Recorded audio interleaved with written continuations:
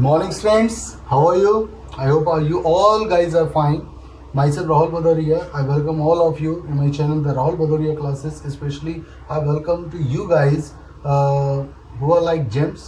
तो गाइज आज हम स्टार्ट करते हैं. हम चल रहे थे लॉज ऑफ मोशन पर. आप I know you are going through your study very well. We have done the laws of motion part 1. Now we are going towards moving towards the part 2 which is called friction. जब ये complete हो जाएगा तो हम इसके NCERT numericals इस तरफ चलेंगे, क्योंकि बेसिकली बेसिक्स आपकी अब यहीं से शुरू मानी जाती है.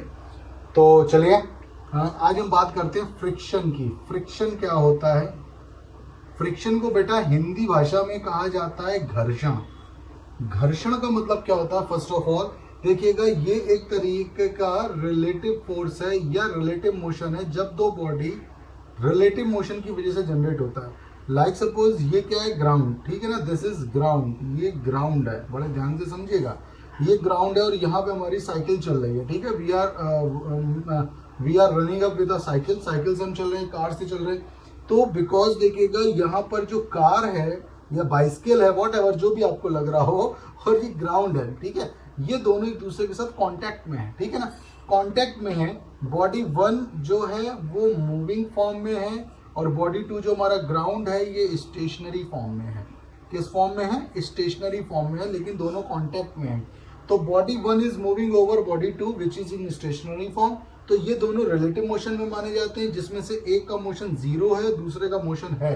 तो बेसिकली जब दो बॉडी कांटेक्ट में है और रिलेटिव मोशन में है, तो जो बॉडी मोशन में नहीं है या कम है वो क्या करती है? उस बॉडी की तरफ उसको अपोज करने की टेंडेंसी रखती है जो बॉडी मोशन में है.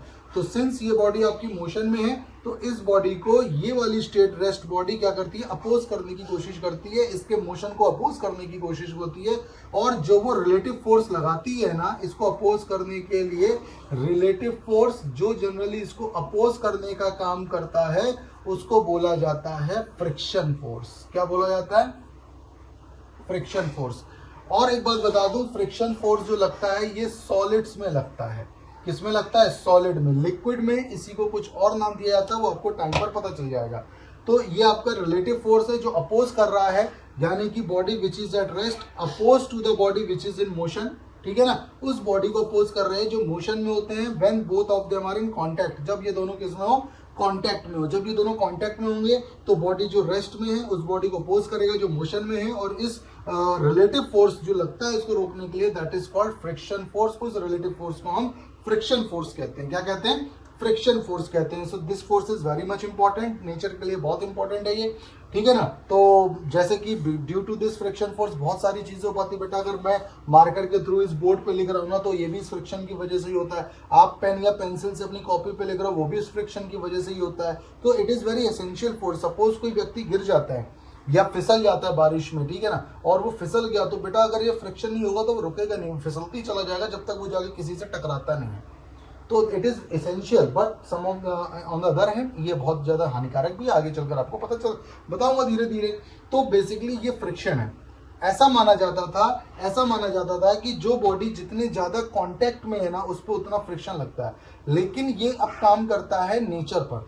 नेचर का मतलब ये होता है कि बेसिकली मान के चलिए ये इसके ऊपर चल रहा है, तो ये जो टायर है इसका मटेरियलिस्टिक नेचर डिफरेंट है और जो रोड का मटेरियलिस्टिक नेचर डिफरेंस है. तो दोनों अलग अलग होंगे तो अधेसिव फोर्स उनके बीच में काम कर रहा होगा. दोनों सेम होंगे तो कोहेसिव फोर्स काम कर रहा होगा. और ये कोहेसिव और अधेसिव फोर्स ही बेसिकली मेन रीजन होते हैं फ्रिक्शन के.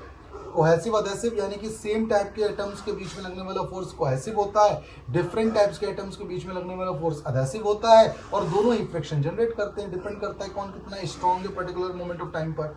तो ये कोहेसिव और अधेसिव फोर्स होते हैं, यही आपके फ्रिक्शन को जनरेट करते हैं और एक्चुअल कॉन्टैक्ट पे डिपेंड करते हैं. देखिएगा एक्चुअल कॉन्टैक्ट, जैसे कि आपने इस सरफेस अगर आप इसको बहुत ज्यादा माइक्रोस्कोपिक करोगे तो ये बिल्कुल प्लेन नहीं है. बेसिकली उसका सरफेस कुछ इस तरीके से मिलेगा और दूसरी बॉडी भी उसके ऊपर इस तरीके से चल रही है, थोड़ा सा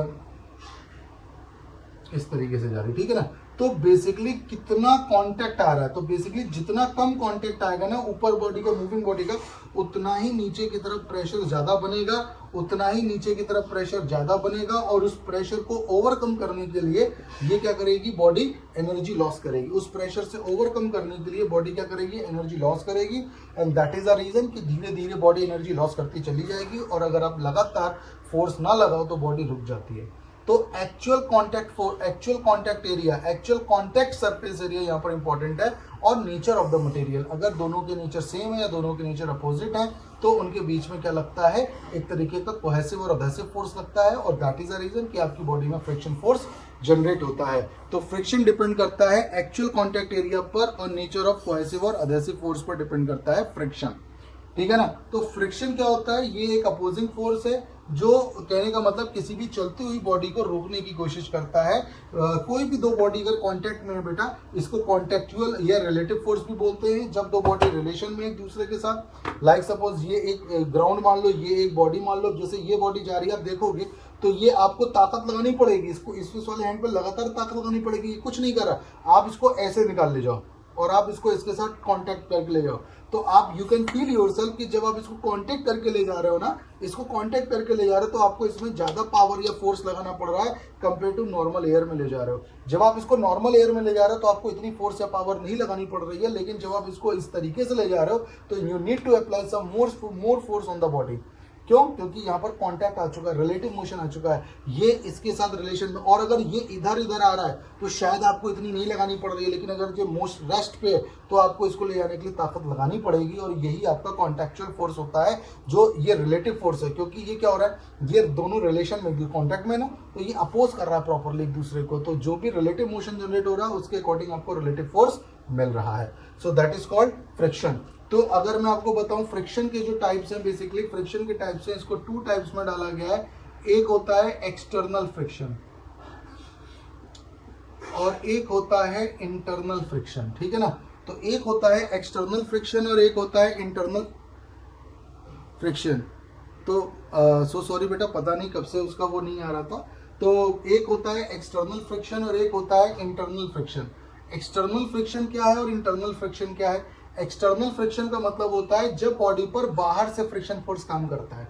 जब बॉडी के बाहर से फ्रिक्शन फोर्स काम करता है तो उसको एक्सटर्नल फ्रिक्शन कहा जाता है।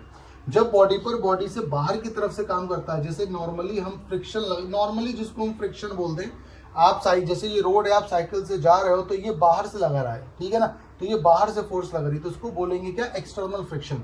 जनरली सॉलिड में काम करता है, ये सॉलिड की लेयर्स में बाहर से लगता है एक्सटर्नल फ्रिक्शन।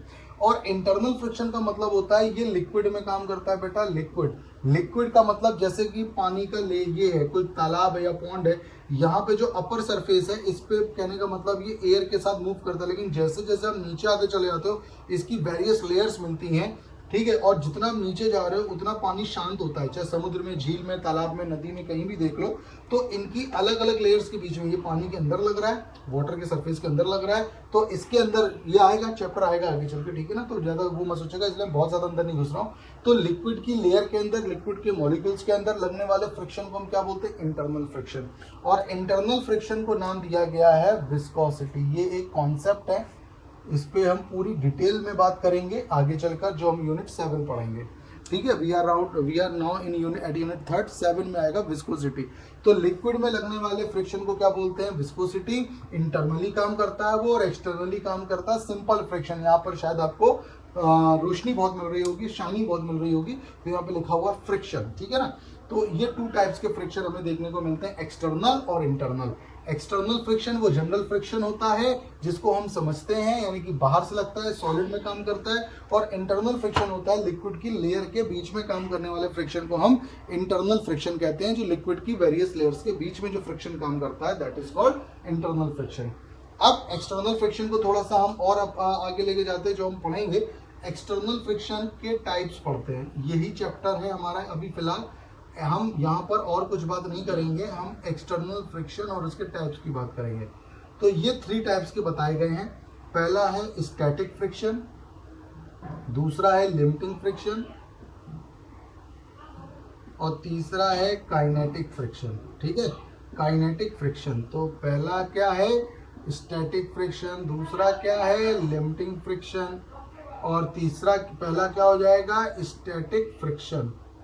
तो पहला है स्टैटिक फ्रिक्शन, दूसरा है लिमिटिंग फ्रिक्शन और तीसरा है काइनेटिक फ्रिक्शन। तो इन तीन तरीके के फ्रिक्शन फोर्स की बात की गई है हमसे। तो एक एक करके हम जरा इन तीनों को देखते हैं कि स्टैटिक फ्रिक्शन क्या होता है, लिमिटिंग फ्रिक्शन क्या होता है और काइनेटिक फ्रिक्शन क्या होता है। तो पहले हम लेते हैं स्टैटिक फ्रिक्शन पर। जैसा कि इसका नाम है स्टैटिक, स्टैटिक का मतलब होता है रुका हुआ। स्टैटिक का मतलब क्या होता है रुकी हुई अवस्था। जैसे मान के चलो ये एक बॉडी है जिसका वेट आपको नीचे की तरफ मिल रहा है और रिएक्शन ऊपर की तरफ मिल रहा है। आपने इधर फोर्स लगाया तो इधर क्या शुरू हो जाएगा फ्रिक्शन, आपने इधर अगर फोर्स लगाया तो इधर क्या शुरू हो जाएगा फ्रिक्शन। तो in the case of static friction जैसे जैसे आप फोर्स बढ़ाओगे फ्रिक्शन भी बढ़ता चला जा रहा है, लेकिन आपने इतना फोर्स नहीं लगा पाओ कि बॉडी मूव कर जाए, यानी कि friction is greater than applied force, तो बॉडी विल नॉट मूव।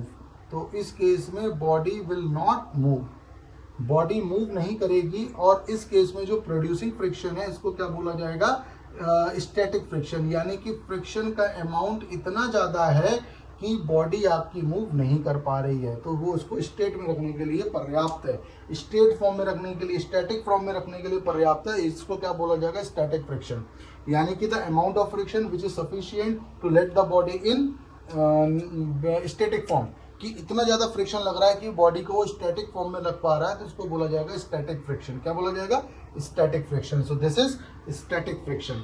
ठीक है, कि वो इतना ज़्यादा लग रहा है कि बॉडी अभी भी रेस्ट पे है, बॉडी मूव नहीं कर पा रही है, इसको बोला जाएगा स्टैटिक फ्रिक्शन। स्टैटिक फ्रिक्शन के बाद नंबर 2 आता है क्या लिमिटिंग फ्रिक्शन।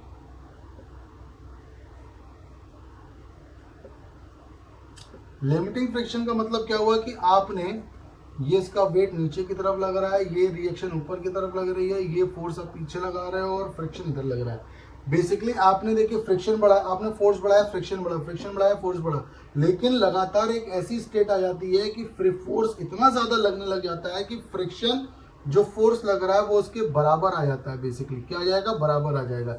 तो ये वो स्टेट है, बॉडी चलना तो शुरू नहीं करेगी लिमिटिंग फ्रिक्शन के लिए, ये बॉडी जो है वो चलना तो शुरू नहीं करेगी, लेकिन अगर आपने थोड़े से फोर्स को और बढ़ाया तो फ्रिक्शन अब घटेगा और ये वाला जो फ्रिक्शन है वो इससे कम हो जाएगा और बॉडी चलना शुरू कर देगी। यानी कि ये वो स्टेट होता है कि body is at the worst to move, body उस एंड पॉइंट पर आके खड़ी हो चुकी है जहां से अगर आपने थोड़ा सा भी और लगा दिया तो बॉडी बिल्कुल इज रेडी टू मूव, भगने के लिए तैयार है। तो वो लास्ट लिमिटिंग पॉइंट की बॉडी अभी भी स्टैटिक फॉर्म में है, लेकिन अगर यहां से थोड़ा सा और बढ़ गया फोर्स या फ्रिक्शन घट गया तो बॉडी चलना शुरू कर देगी।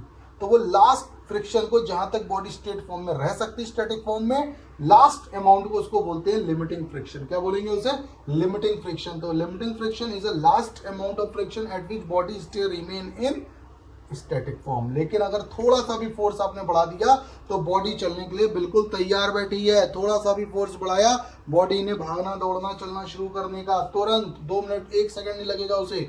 तो उस फ्रिक्शन को बोलते हैं लिमिटिंग फ्रिक्शन। और जैसा कि फाइनली आपके सामने नाम आएगा kinetic friction. Kinetic friction, kinetic friction का मतलब इसको KL से रिप्रेजेंट करते हैं। बेसिकली इसका जो कॉफिशिएंट होता है तो KL से रिप्रेजेंट करते हैं। काइनेटिक फ्रिक्शन आपके सामने जो आ जाएगा, अभी मैं बात करूंगा इसकी फिलहाल आगे।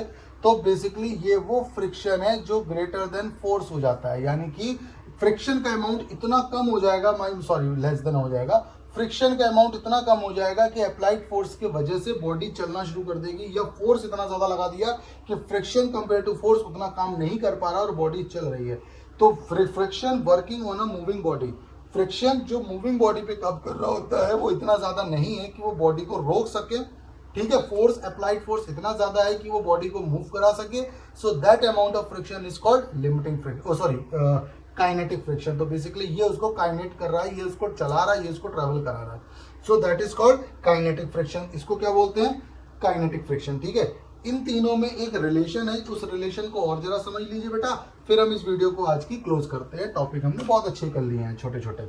तो एक इन तीनों में रिलेशन से रिलेटेड मैं एक ग्राफ के थ्रू इन चीजों को बता रहा हूं कि जैसे कि ये इस तरीके से एक ग्राफ है। तो जैसे जैसे यहाँ पे ग्राफ का मतलब यहाँ पर आप क्या कर रहे हो अप्लाइड फोर्स, आपने यहाँ पर फोर्स अप्लाइड कर रहे हो, यानी कि आप F लगा रहे हो, और इधर आपको क्या मिल रहा है फ्रिक्शन मिल रहा है। क्या मिल रहा है फ्रिक्शन। तो बेसिकली ये आपको फ्रिक्शन मिल रहा है। यहां से यहां तक तो आपको मिल रहा है स्टैटिक फ्रिक्शन, ये अमाउंट है काइनेटिक फ्रिक्शन का, और ये अमाउंट है लिमिटिंग फ्रिक्शन का, और ये अमाउंट है काइनेटिक फ्रिक्शन का। मतलब कि जैसे जैसे आप फोर्स लगा रहे हो आपका स्टैटिक फ्रिक्शन भी बढ़ता चला जा रहा है, और ये अमाउंट है आपका लिमिटिंग फ्रिक्शन यहाँ पर आपको मिलेगा। तो बेसिकली ये आपको एफ या लिमिटिंग फ्रिक्शन, उसके आगे सब काइनेटिक फ्रिक्शन है, ये आपका स्टैटिक फ्रिक्शन है। बॉडी यहाँ तक रेस्ट पे रहेगी, फिर लगाते लगाते हल्का हल्का उसमें मूवमेंट, कंपन या वाइब्रेशन से स्टार्ट होंगे, यानी कि it is about to move. और इस पॉइंट पर ये बेसिकली वो पॉइंट है, मैक्सिमम पॉइंट ऑफ फ्रिक्शन, जहां तक बॉडी स्टेट में रह सकती है। और उसके बाद अगर आपने फोर्स बढ़ा दिया तो क्या होगा, वो फ्रिक्शन गिरने लगेगा और बॉडी चलना शुरू कर देगी। इस तरीके से बॉडी चलना शुरू कर देगी। यहां से कॉन्सेप्ट आता है limiting friction is greater than kinetic friction. लेकिन ये बहुत बड़ा ग्रेट नहीं होता, स्लाइटली ग्रेट होता है। तो limiting friction is greater than kinetic friction. तो लिमिटिंग फ्रिक्शन वो फ्रिक्शन होता है जिसपे बॉडी अपनी लास्ट स्टेज, जिसमें वो स्टैटिक फॉर्म में है, थोड़ा सा भी फ्रिक्शन कम हुआ या फोर्स बढ़ा तो बॉडी ने चलना शुरू करने का, लेकिन अभी वो स्टैटिक में है। फ्रिक्शन स्टैटिक कौन सा कहलाएगा, जब तक बॉडी रेस्ट पे है, वो मोशन नहीं कर पा रही है। और काइनेटिक क्या कहलाएगा, कि बॉडी ने मोशन स्टार्ट कर दिया है, so that is called kinetic friction. तो इस तरीके के ये कॉन्सेप्ट है बेटा, ये फ्रिक्शन है, इनको लेकर हम बात करेंगे, ठीक है ना। अब एक इतनी बात निकली है तो एक छोटा सा पॉइंट और दे देते हैं, कुछ नहीं है। काइनेटिक फ्रिक्शन की बात चल रही है, इसको आगे चल के दो पार्ट्स में ब्रेक किया गया काइनेटिक फ्रिक्शन को। पहला है स्लाइडिंग फ्रिक्शन और दूसरा है रोलिंग फ्रिक्शन। स्लाइडिंग, स्लाइड करती है, जैसे कोई भी बॉडी फिसल के जा रही है तो स्लाइड करते हुए बॉडी में जो फ्रिक्शन जनरेट होगा वो स्लाइडिंग फ्रिक्शन। रोल का मतलब जैसे बॉल आपकी रोल करते हुए आगे जा रही है, रोल करती हुई बॉडी में जो फ्रिक्शन जनरेट होगा वो रोलिंग फ्रिक्शन है। बस, तो दोनों है काइनेटिक फ्रिक्शन की दो पार्ट, स्लाइडिंग और रोलिंग।